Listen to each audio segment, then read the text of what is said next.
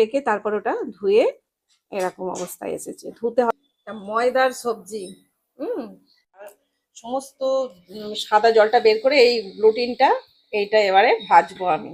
এই যে করে করে নিয়ে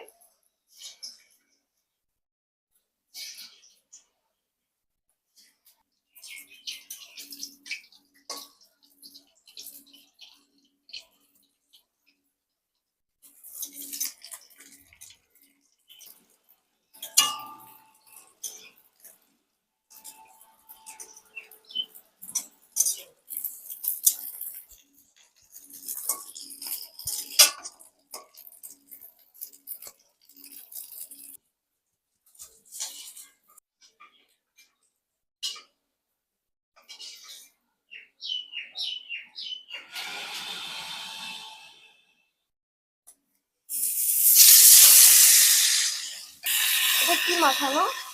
এটা হলুদ আর নুন মাখিয়ে নিয়েছি আলুতে। লাল লাল করে ভাজা হয়ে গেছে, এবার আলুটাকে তুলে নেব।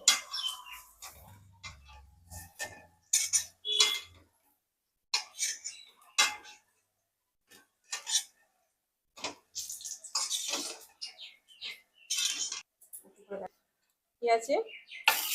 জিরা, একটা তেজপাতা, একটা শুকনো লঙ্কা, আস্ত গোটা গরম মশলা আর জিরা।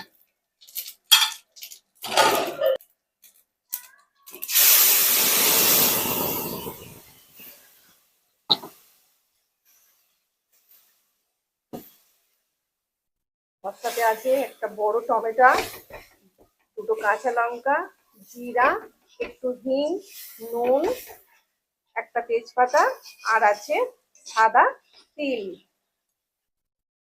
মশলার মধ্যে এইগুলো সমস্ত কিছু, আদা আর জিরা। এরপর কাশ্মীরি লঙ্কা গুঁড়ো, হলুদ অ্যাড করবো।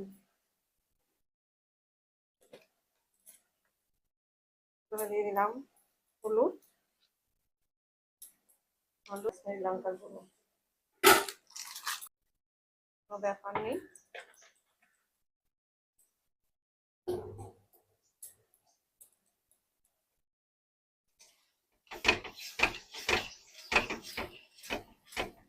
এর মধ্যে টক দইও অ্যাড করা যায়, কিন্তু টক দই খেতে চায় না গরমে মৌসুমি।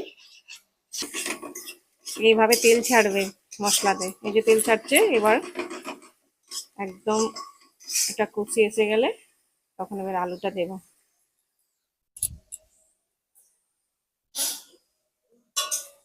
দিয়ে দেবো এই ময়দার সবজিটা।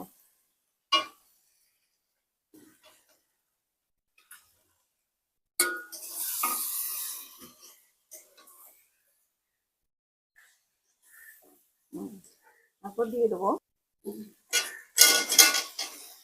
আলু।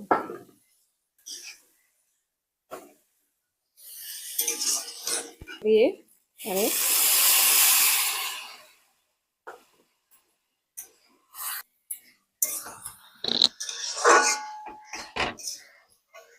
এভাবে কষিয়ে কষিয়ে হয়ে এসেছে, একদম জল দেবো। তারপর অবশেষে বাটার আর গরম মশলা।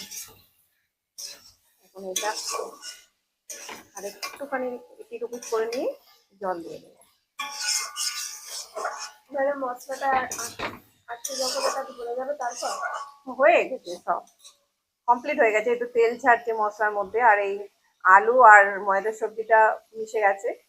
এই যে ময়দার সবজি।